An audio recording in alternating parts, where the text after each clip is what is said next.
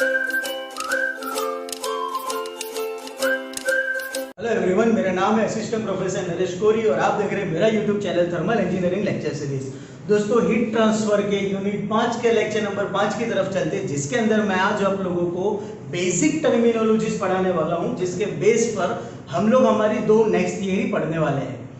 Last 2 lectures में मैंने आप लोगों को हीट एक्सचेंजर के अंदर हीट ट्रांसफर रेट किस तरह से फाइंड आउट करना है वो समझाया था, जिसका नाम था LMTD मेथड, मतलब के logarithmic mean temperature difference for parallel flow, logarithmic mean temperature difference method for counter flow.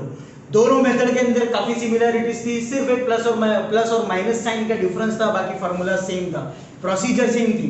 The same value the same procedure we will apply in our next 2 theory. आज नहीं, नेक्स्ट 2 थियरी के अंदर हम लोग उसी तरह से ये प्रोसीजर को एटलीस्ट 50% तक हम लोग फॉलो करके चलने वाले, और फिर आगे हम लोग पढ़ेंगे इफेक्टिवनेस और नंबर ऑफ ट्रांसफर यूनिट किस तरह से फाइंड आउट किया जाता है। हीट एक्सचेंजर के अंदर आप लोगों को अगर जीटीयू के अंदर LMTD मेथड नहीं पूछ रहे हैं तो आप लोगों को नंबर ऑफ ट्रांसफर यूनिट या इफेक्टिवनेस के रिलेटेड 2 सवाल में से कोई भी एक सवाल 110% आएगा ही।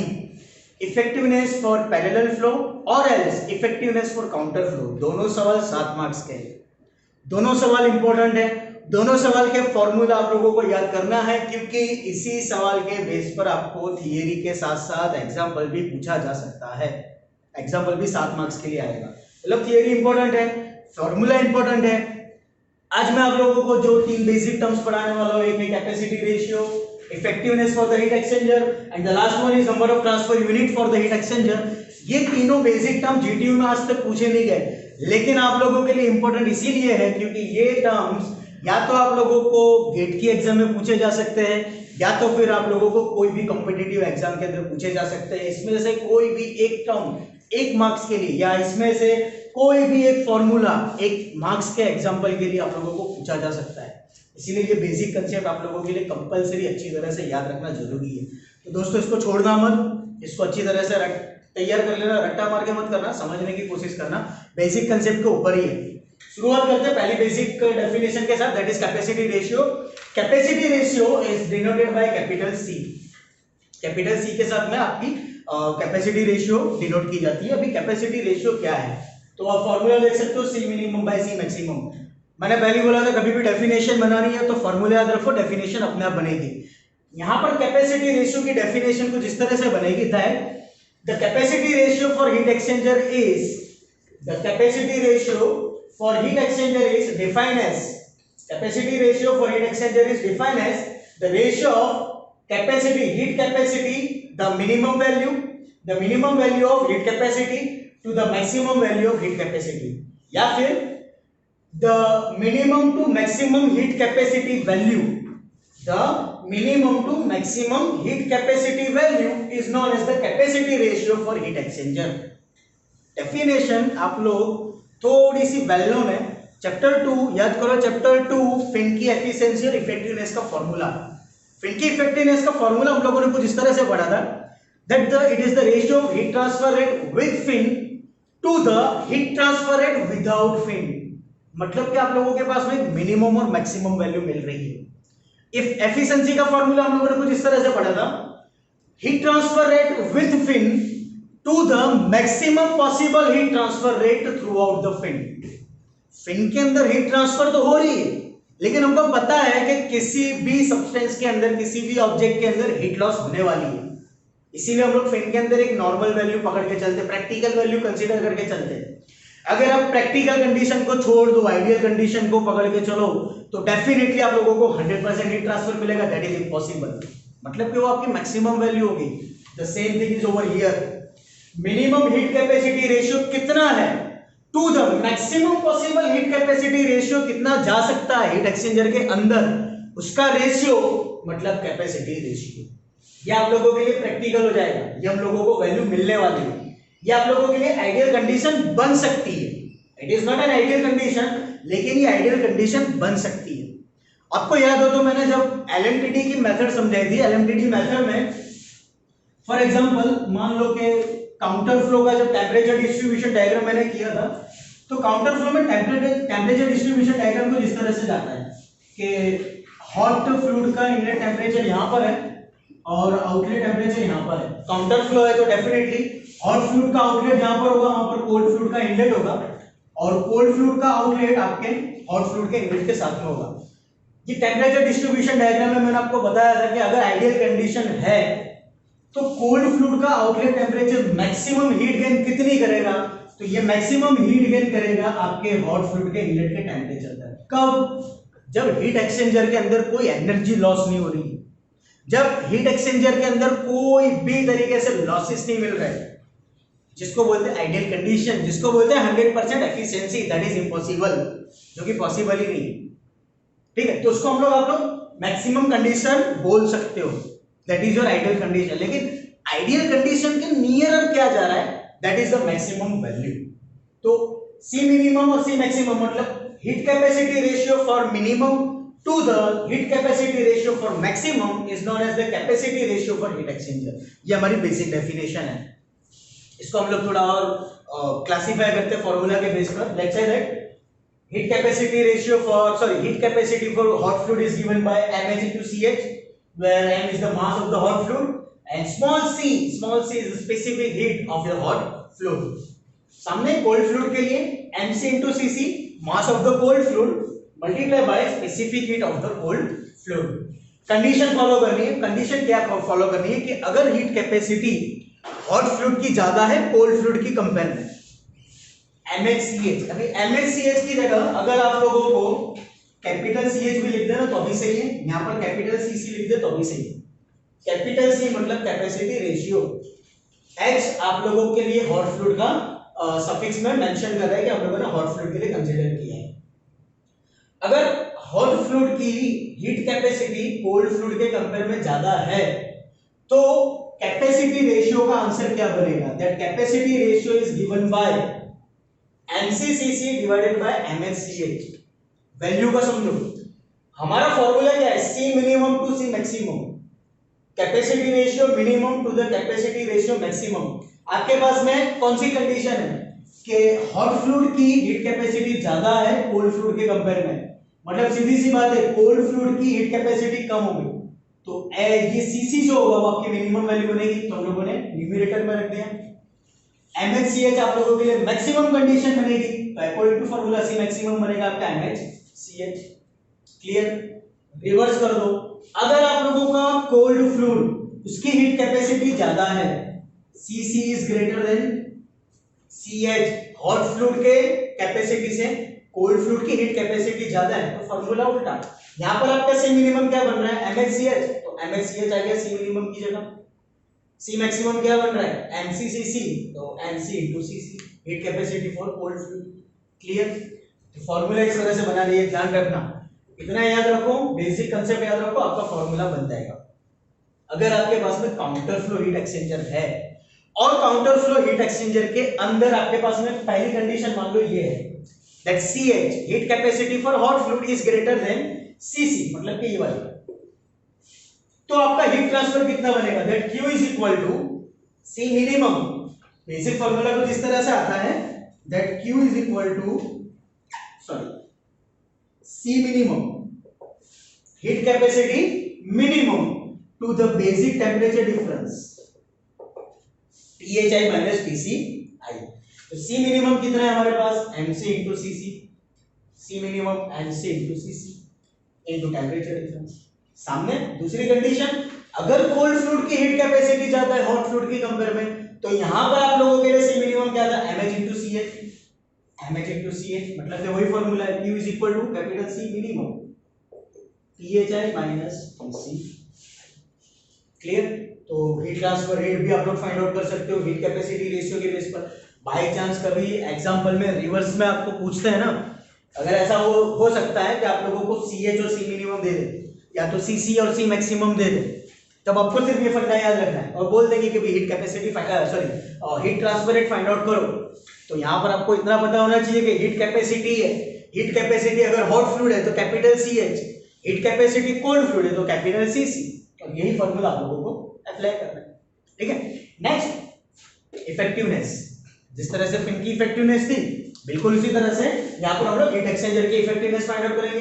Effectiveness is denoted by epsilon, ये आपको पता ही होगा। फॉर्मूला क्या बनेगा? Effectiveness of the heat exchanger is defined as the ratio of minimum heat transfer rate to the maximum possible heat transfer through the heat exchanger. Maximum possible, थोड़ा शब्दों को समझो। मैक्सिमम पॉसिबल, मैक्सिमम पॉसिबल का मतलब क्या हुआ कि for example मान लो कि ये आपकी हीट एक्सचेंजर की एक ट्यूब है, इसमें से आप लोगों ने हॉट फ्लूइड को पास आउट करवाया है और इसके सराउंडिंग में हम लोगों ने कोल्ड फ्लूइड को पास आउट कराया है। अभी सीधी सी बात है कि हॉट फ्लूइड और कोल्ड फ्लूइड के बीच में एक बाउंड्री लेयर आ गया, एक बाउंड्री कंडीशन आ गई। मान लो कि आपकी ट्यूब ब्रास की बनी हुई है, ब्रास मटेरियल की बनी हुई है। ब्रास मटेरियल की भी थर्मल कंडक्टिविटी काफी अच्छी होती है हीट ट्रांसफर रेट के लिए। अब हो क्या रहा है कि ट्यूब के अंदर जो आपका हॉट फ्लूइड है, अगर वो कोल्ड फ्लूइड के साथ में कांटेक्ट में है तो वो डेफिनेटली मैक्सिमम हीट ट्रांसफर देगा। क्यों? क्योंकि यहाँ पर बीच में कोई सरफेस नहीं है, फ्लूइड टू फ्लूइड आपका मिक्सचर हो रहा है। लेकिन हीट एक्सचेंजर के अंदर क्या होता है कि आपकी हॉट फ्लूइड और कोल्ड फ्लूइड के बीच में बाउंड्री कंडीशन आ रही है और ये बाउंड्री कंडीशन के थ्रू हम लोग हीट ट्रांसफर कर रहे हैं। मान लो कि इस ब्रास के ट्यूब के अंदर जो हॉट फ्लूइड है उसकी हीट ट्रांसफर रेट थी 40 किलो जूल पर सेकेंड की, इतनी कैपेसिटी थी। लेकिन जब कैलकुलेशन किया तब हम लोगों को वैल्यू मिली 35 किलो जूल पर सेकेंड। तो ये जो 5 किलो जूल पर सेकेंड का आप लोगों को लॉस मिला, वो लॉस क्या हो गया? आप लोगों की क्यू मैक्सिमम वैल्यू हो गई, बराबर। और जो 40 किलो जूल पर सेकेंड थी वो आप लोगों की मैक्सिमम पॉसिबल वैल्यू थी। मैं इस फॉर्मूला के बेस पर नहीं बोल रहा हूं, क्योंकि मुझे पता है, मैंने फॉर्मूला समझाने में आपको ये बोला कि maximum possible heat transfer, maximum possible heat transfer मतलब कि आइडियल कंडीशन, और मैंने जो आपको समझाया वो प्रैक्टिकल कंडीशन समझाया। तो ये याद रखना कि effectiveness of the heat exchanger is defined as the ratio of minimum heat transfer rate. Minimum का मतलब क्या? अभी ये एग्जांपल को समझो, 35 किलो जूल पर सेकंड आपको जो मिला वो आपकी मैक्सिमम वैल्यू थी। लोअर वैल्यू कितनी होगी? डेफिनेटली कोल्ड फ्लूइड के इनलेट में जितनी हीट ट्रांसफर है बिल्कुल उतनी होगी, उससे कम तो जाएगा नहीं, सीधी सी बात है। आइस अगर आप लोगों ने फ्रीजर के अंदर -15 डिग्री सेल्सियस टेम्परेचर के ऊपर जमा के रखा है तो डेफिनेटली वो -15 से -20 अपने आप नहीं जाएगा। क्यों? क्योंकि आजकल के डिजिटल रेफ्रिजरेटर के अंदर हम लोगों के पास में इतना सेटिंग के सिस्टम दे दिया गया है कि -15 से आप टेम्परेचर बढ़ा नहीं सकते या कम नहीं कर सकते हो। दैट इज द लिमिटेशंस, वही लिमिटेशंस यहाँ पर है, ठीक है। तो effectiveness the ratio of minimum heat transfer rate through the heat exchanger to the maximum possible heat transfer through the heat exchanger. Q maximum यहाँ पर था Q minimum, सॉरी ये भी Q maximum ही था लेकिन मिनिमम के रिस्पेक्ट में। Q maximum C minimum into THA minus TCA, the same formula we will apply over here, same formula आएगा क्योंकि आपकी इफेक्टिवनेस है तो मिनिमम और मैक्सिमम दोनों वैल्यू फाइंड आउट करनी है। एप्सिलॉन क्या बनेगा? Q minimum to the Q maximum, मतलब कि minimum heat transfer rate to the maximum heat transfer rate. Basic heat transfer का फॉर्मूला mc डेल्टा T है, क्योंकि मैं LNTD में ऑलरेडी बता चुका हूं। mc डेल्टा T ये आपकी मिनिमम वैल्यू होगी, mass specific heat into temperature difference to the maximum possible heat transfer rate, वो आपका ये वैल्यू बनेगा C minimum THI minus TCI, C minimum THI minus TCI, clear? But mH into CH मतलब heat capacity for hot fluid, capital CH, THI minus THO divided by denominator as it is। ये hot fluid के लिए आपको epsilon मिल गया, मतलब effectiveness मिल गया। बिल्कुल उसी तरह से कोल्ड फ्लूइड के लिए mc into cc into temperature difference, यहाँ पर TCO minus TCI आएगा क्योंकि कोल्ड फ्लूइड में आउटलेट का टेम्परेचर ज्यादा होगा, इनलेट का टेम्परेचर कम होगा, तो TCO minus TCI divided bye C minimum तो एज इट इज, मतलब Q maximum तो आपका कांस्टेंट फार्मूला है, C minimum into THI minus TCI, mc into cc मतलब heat capacity for cold fluid into TCO minus TCI divided bye C minimum THI minus TCI। Effectiveness की value मिल गई। इसके अंदर हम लोग कंडीशन अप्लाई करते जो यहाँ पर देखी थी, if CH is greater than CC then what, if CC is greater than CH then what। पहला condition CH is greater than CC तो क्या बन रहा है? C मिनिमम आपका क्या कंसीडर होगा? CC कंसीडर होगा, जो कि हम लोगों ने यहाँ पर अप्लाई किया था, ये रहा बिल्कुल यही चीज हम लोगों ने यहाँ पर अप्लाई की थी हीट कैपेसिटी रेशियो के बेस पर, क्लियर। इसीलिए ये फॉर्मूला यहाँ पर इंपॉर्टेंट है, याद रखना है। तो C मिनिमम आपका क्या बन रहा है? Heat capacity for cold fluid, तो सी मिनिमम की जगह हम लोग सीसी रखेंगे, यहाँ पर हम लोग सीसी रखेंगे। CH इज ग्रेटर देन, अगर सीसी है तो CH is greater than CC है तो सी मिनिमम आपका सीसी बन जाएगा। ठीक है, तो यहाँ पर आप लोगों का CC by CC will be cancel out, TCO minus TCI divided by THI minus TCI। ठीक है, क्यों? क्योंकि हम लोगों ने कोल्ड फ्लूइड के लिए लिया है, सॉरी मेरी गलती हो गई, मैं यहाँ पर चला गया, एक्चुअली ये फॉर्मूला हमारे लिए कोल्ड फ्लूइड के लिए, तो सीसी आप लोगों के लिए कोल्ड फ्लूइड के लिए आएगा, तो हम लोग ये फॉर्मूला अप्लाई करेंगे। तो सी मिनिमम आपका हो जाएगा CC, your CC will be cancel out, बचा गया TCO minus TCI divided by THI minus TCI। Next condition, अगर कोल्ड फ्लूइड की हीट कैपेसिटी हॉट फ्लूइड से ज्यादा है तो सी मिनिमम बनेगा CH, मतलब के हॉट फ्लूइड की हीट कैपेसिटी, तब हम लोग ये वाला फॉर्मूला अप्लाई करेंगे। ठीक है, तो यहाँ पर सी मिनिमम की जगह CH आएगा, both CH will be cancel out, again formula क्या बना, THI माइनस THO और THI माइनस TCI, दोनों की वैल्यू सेम। फर्क क्या है? हीट कैपेसिटी के अंदर। फर्क कहां पर आपके? सिर्फ हीट कैपेसिटी के अंदर। Next, number of transfer unit, NTU, most IMP। Number of transfer unit कुछ इस तरह से पूछा जाता है, that derive A formula for parallel flow heat exchanger in terms of NTU। अगर इफेक्टिवनेस शब्द यूज नहीं किया है ना एग्जाम के अंदर, क्वेश्चन के अंदर, तो आपको NTU लिख के दिया होगा। NTU लिख के देगा तो इतना समझ लो कि आपको इफेक्टिवनेस भी फाइंड आउट करनी है। इफेक्टिवनेस और NTU दोनों एक दूसरे के साथ में कोरिलेटेड है, फॉर्मूला डेरिवेशन मेथड अलग है, लेकिन क्वेश्चन इस तरह से आता है GTU के अंदर, that derive an NTU method or derive an NTU formula for parallel flow or derive an NTU formula for counter flow। अगर इफेक्टिवनेस पूछ रहे हैं तो भी आपको NTU फाइंड आउट करना है, क्योंकि NTU के अंदर ही आपकी इफेक्टिवनेस आ जाएगी, जो मैं आप लोगों को नेक्स्ट लेक्चर में बताने वाला हूँ। तो हम लोग देखते हैं NTU के बारे में। Number of transfer unit, it is the ratio of UA to the C minimum. इसकी कोई बेसिक डेफिनेशन नहीं है, आपको सिर्फ सीधा फॉर्मूला अप्लाई करना है। NTU is equal to UA upon C minimum। U is the overall heat transfer coefficient, A is the area, C minimum तो heat capacity की minimum value। ठीक है, कंडीशन अप्लाई करते हैं, if you have CH is greater than CC, मतलब के hot fluid की capacity मान लो कोल्ड फ्लूइड की कैपेसिटी से ज्यादा है, at that time your C minimum will become MCCC। फिर से यही चीज आ गई, C minimum देख सकते हो आप, जो कैपेसिटी रेशियो के अंदर फॉर्मूला हमने डिराइव किया वही फॉर्मूला हमने इफेक्टिवनेस में भी अप्लाई किया है, और वही फॉर्मूला हम लोग NTU के अंदर भी अप्लाई करें, मतलब ये हमारे लिए इंपॉर्टेंट है। तो C मिनिमम, अगर आपके पास में हॉट फ्लूइड की कैपेसिटी कोल्ड फ्लूइड की कैपेसिटी से ज्यादा है तो NC into CC बन जाएगा। सेकेंड कंडीशन, अगर कोल्ड फ्लूइड की कैपेसिटी हॉट फ्लूइड की कैपेसिटी से ज्यादा है तो आपका C मिनिमम क्या बनेगा, MH into CH over here.